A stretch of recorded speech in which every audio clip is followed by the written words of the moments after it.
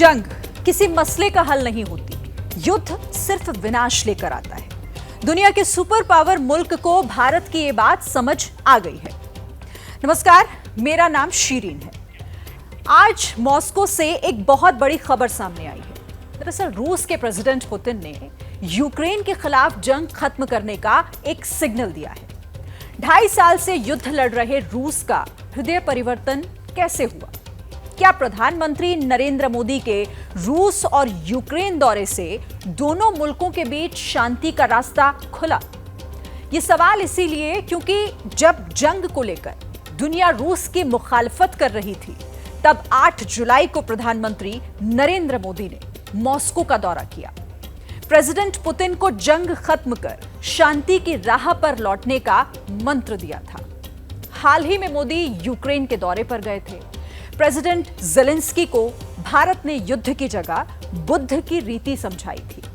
भारत की कूटनीति युद्ध नीति पर कैसे भारी पड़ी और कैसे दो जानी दुश्मन युद्ध की जिद छोड़कर शांति पथ पर चल सकते हैं, ये रिपोर्ट देखिए।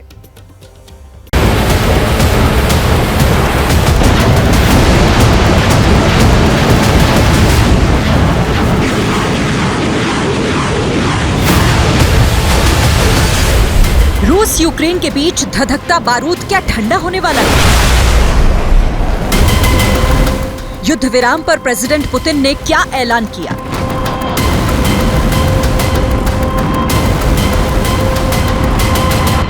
क्या मोदी के रूस यूक्रेन दौरे से शांति का रास्ता खुला?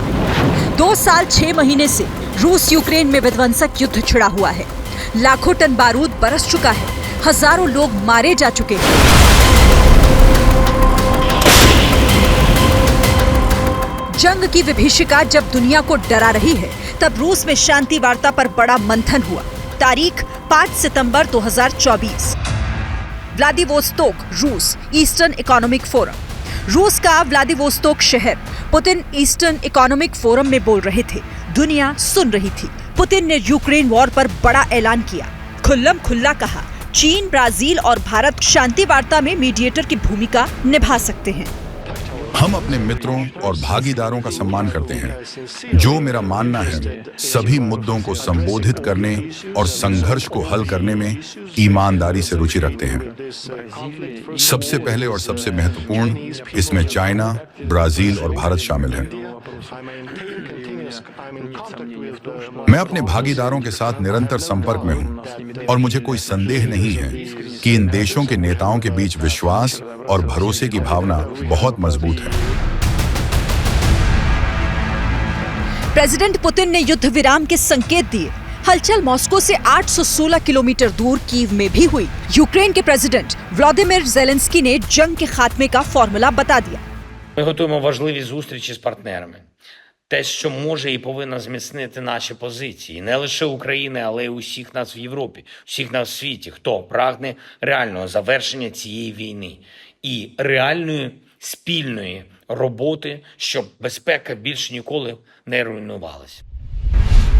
फरवरी 2022 में युद्ध शुरू होने के ठीक 1 महीने बाद रूस और यूक्रेन के बीच तुर्की की राजधानी इस्तांबुल में कई राउंड की बैठक हुई। दुनिया के कई देशों ने युद्ध विराम की कोशिश की, लेकिन रूस यूक्रेन की अदावत वक्त के साथ बढ़ती चली गई। अब सवाल है कि क्या पीएम मोदी के रूस और यूक्रेन दौरे से शांति का रास्ता खुला? यूक्रेन वॉर पर रूस की चौतरफा आलोचना हो रही थी। 8 जुलाई सोमवार का दिन था। मोदी मॉस्को दौरे पर थे। पीएम मोदी ने पुतिन को गले लगाया। तस्वीर चर्चा में आई। यूक्रेन तक ने विरोध किया, लेकिन नाटो समिट के बीच ये दौरा शांति पथ पर मील का पत्थर माना गया। पीएम मोदी ने पुतिन को याद दिलाया था कि युद्ध मैदान से शांति का रास्ता नहीं निकलता, कि युद्ध के मैदान में समाधान संभव नहीं होता है। बम, बंदूक और गोलियों के बीच समाधान और शांति वार्ताएं सफल नहीं होती हैं। मॉस्को दौरे के ठीक 47 दिन बाद 23 अगस्त को मोदी यूक्रेन दौरे पर थे। मोदी ज़ेलेंस्की के साथ नेशनल म्यूजियम पहुंचे थे। यहीं भारत की डायलॉग डिप्लोमेसी की धाक दिखी। मोदी ने ज़ेलेंस्की के कंधे पर हाथ रखकर 2 टूक कहा था कि बिना वक्त गवाए यूक्रेन शांति की बात करे। Prime Minister Modi wants peace more than Putin. ये दो तस्वीरें भारत की कामयाब बुद्ध नीति का प्रमाण है। चीन, ब्राजील भले ही शांति वार्ता में अहम भूमिका निभा सकते हैं, लेकिन शांति वार्ता की शिला स्थापना का श्रेय भारत को ही जाता है।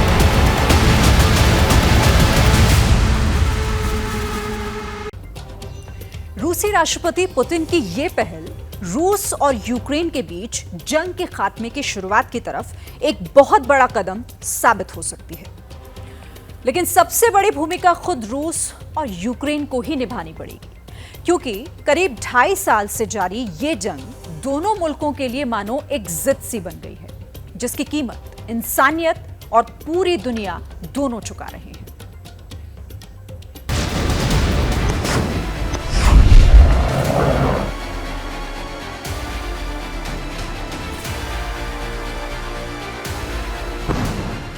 मानवता और शांति दोनों के विरुद्ध 2.5 साल से जारी रूस यूक्रेन युद्ध। पुतिन के लिए जंग बन गया जुनून। कब होगी विनाशक युद्ध के अंत की शुरुआत? When I'm back in the White House, we will expel the warmongers. 24 फरवरी 2022 को रूस और यूक्रेन के बीच शुरू हुआ युद्ध हर गुजरते दिन के साथ पुतिन और ज़ेलेंस्की के जुनून में तब्दील होता चला गया। पुतिन और ज़ेलेंस्की की एक दूसरे को नेस्त नाबूद करने की जिद ने इस युद्ध को इतना लंबा खींच दिया, जिसका कोई नतीजा निकलता नहीं दिख रहा। रूस और यूक्रेन दोनों मुल्कों को इस जंग से अब तक सिर्फ तबाही और बर्बादी ही हाथ लगी है। युद्ध के नतीजे रूसी और यूक्रेनी दोनों की आवाम झेल रही है। इस जंग में अब तक 1,20,000 से ज्यादा रूसी सैनिकों और 71,000 से ज्यादा रूसी नागरिकों की मौत हो चुकी है। यूक्रेन का दावा है कि रूस को हुई जनहानि के आंकड़े 5 लाख से ज्यादा है। लड़ाई में यूक्रेन के भी 1 लाख से ज्यादा सैनिक और नागरिक की मौत हो चुकी है। 2.5 साल से ज्यादा लंबे वक्त से चल रही लड़ाई ने यूक्रेन की इकोनॉमी की नींव हिला डाली है। जीडीपी, कृषि उत्पादन और निर्यात में लगातार गिरावट ने यूक्रेन की अर्थव्यवस्था को चौपट कर दिया है। जंग के चलते 70 लाख से ज्यादा यूक्रेनी नागरिक भीषण गरीबी के बोझ के तले दब चुके हैं और ह्यूमन डेवलपमेंट के मामले में ज़ेलेंस्की का देश बाकी दुनिया से 15 साल पीछे पहुंच गया है। यूक्रेन पर युद्ध कितना भारी पड़ता जा रहा है, इसे जरा इन आंकड़ों से समझिए। इस जंग से यूक्रेन के करीब $150 बिलियन का इंफ्रास्ट्रक्चर तबाह हो चुका है, लेकिन इस इंफ्रास्ट्रक्चर को दोबारा खड़ा करने में $486 बिलियन से ज्यादा का खर्च आएगा, जिसे पूरा करने में कई दशक बीत जाएंगे। नुकसान रूस को भी उठाना पड़ा। आर्थिक कुप्रबंधन और प्रतिबंधों के चलते रूस की जीडीपी में 7% की गिरावट आ गई है। रूस को करीब $322 बिलियन का वित्तीय घाटा हो चुका है और रूसी सेना पर होने वाला खर्च बढ़कर $103 बिलियन तक जा पहुंचा है।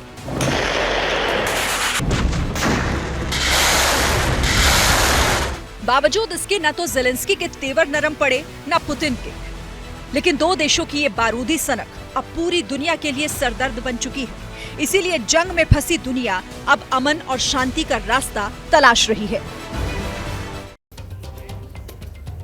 जैसे इरादे बारूदी हों तो मसले सुलझते नहीं बल्कि सुलझ जाते हैं।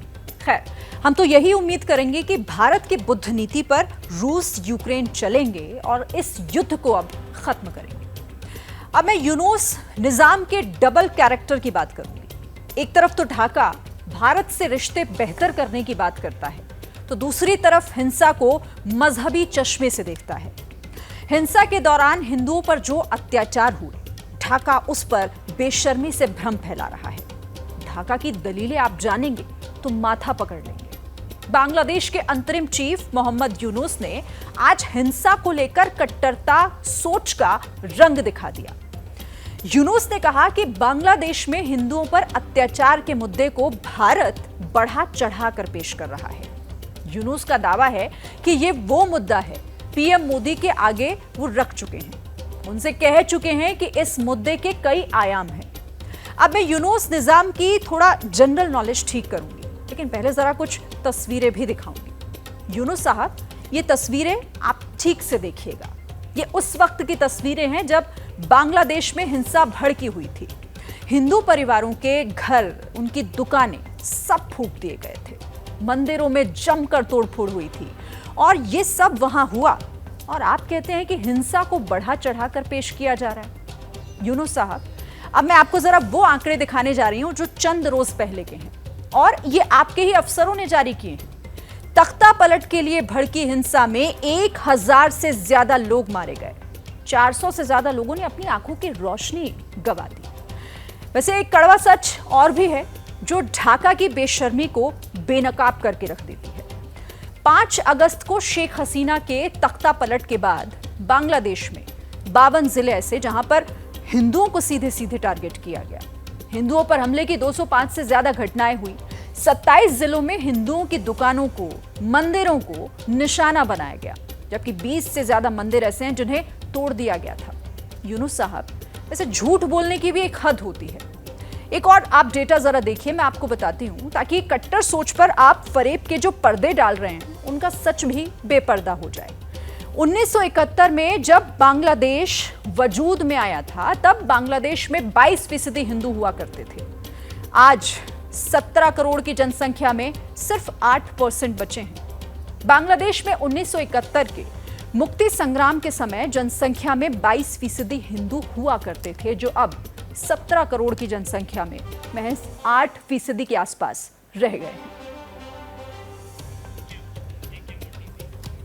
खैर, ढाका की जनरल नॉलेज वीक है। मैं एक और मैसेज दरअसल यूनुस निजाम को देना चाहती हूँ। जिनके घर शीशे के होते हैं ना, वो दूसरों पर पत्थर नहीं उछालते। लेकिन बांग्लादेश ये मानने को तैयार ही नहीं है, राजी ही नहीं है। आज बांग्लादेश की एक और बेशर्मी बेपर्दा हो गई है। शेख हसीना पिछले 1 महीने से भारत में मौजूद है और शेख हसीना के बहाने ढाका भारत को आंखें दिखा रहा है। रिश्ते खत्म करने की धमकी तक दी जा रही है। और तो और ढाका की कट्टर जमातों का आका यानी कि पाकिस्तान इस आग में घी डालने का काम कर रहा है।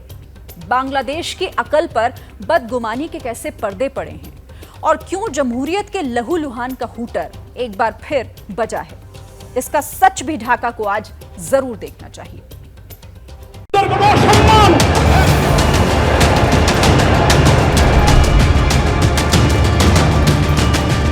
कट्टरता की भट्टी में जलता ढाका भारत को आंखें क्यों दिखा रहा है?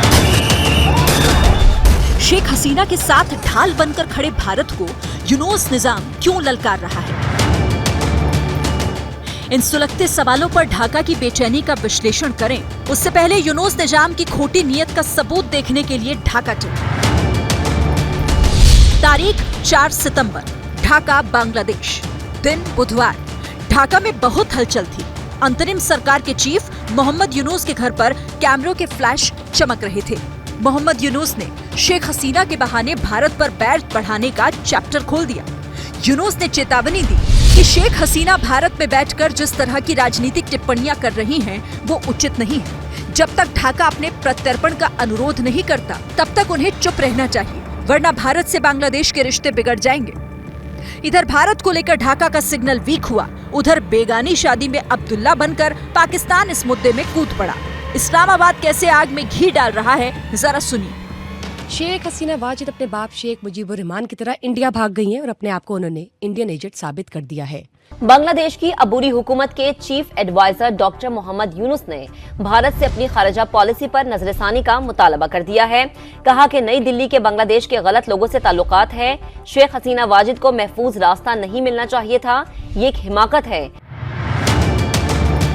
शेख हसीना पूरे 1 महीने से भारत में है। भारत पड़ोसी धर्म निभा रहा है, लेकिन ढाका आंखें दिखा रहा है। शेख हसीना पर ताबड़तोड़ एक्शन हो रहे हैं। यूनुस निजाम ने शेख हसीना पर मर्डर के 2 और नए केस दर्ज किए हैं। शेख हसीना पर अब तक ढाका 94 केस फाइल कर चुका है। ढाका तैयारी तो शेख हसीना के करीबियों को सूली पर चढ़ाने की भी कर रहा है। ढाका ने शेख हसीना के 17 मंत्रियों और 9 सांसदों के विदेश जाने पर बैन लगा दिया है। इनमें पूर्व विदेश मंत्री हसन महमूद, पूर्व ऊर्जा और खनिज संसाधन राज्य मंत्री नसरुल हामिद, पूर्व जहाज रानी राज्य मंत्री खालिद महमूद, पूर्व आईसीटी राज्य मंत्री जुनैद अहमद पलक और पूर्व प्राथमिक एवं जन शिक्षा राज्य मंत्री मोहम्मद जाकिर हुसैन शामिल हैं। ये मोहम्मद तौहीद हुसैन है, ढाका की अंतरिम सरकार में विदेशी मामलों के सलाहकार। भारत से बैर बढ़ाने वाली थ्योरी इनके पास भी है। Probably they paid more importance to the relation with the individual and the party and the party government rather than the people. I think India should just they should look at what the people of Bangladesh want. जाहिर है ढाका जमातों के remote से control होगा तो ऐसे ही कट्टर फरमान जारी करेगा।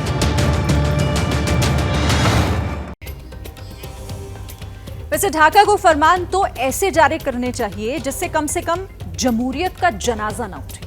वैसे जनाजा तो बांग्लादेश की इकोनॉमी का भी उठ सकता है। मैं ये सवाल इसीलिए उठा रही हूं क्योंकि बांग्लादेश के बैंकिंग सिस्टम का बंटाधार होने वाला है और अगर ऐसा हुआ तो ढाका टके टके का मोहताज हो सकता है, उद्योग धंधे चौपट हो सकते हैं और तो और बांग्लादेश को मांगे किसी मुल्क से कर्ज नहीं मिलेगा। तो क्या बांग्लादेश में आर्थिक मंदी आने वाली है और अगर आने वाली है तो वो कैसे? बांग्लादेश की बिगड़ी बैलेंस शीट पर यह स्पेशल रिपोर्ट आप जरूर देखिए।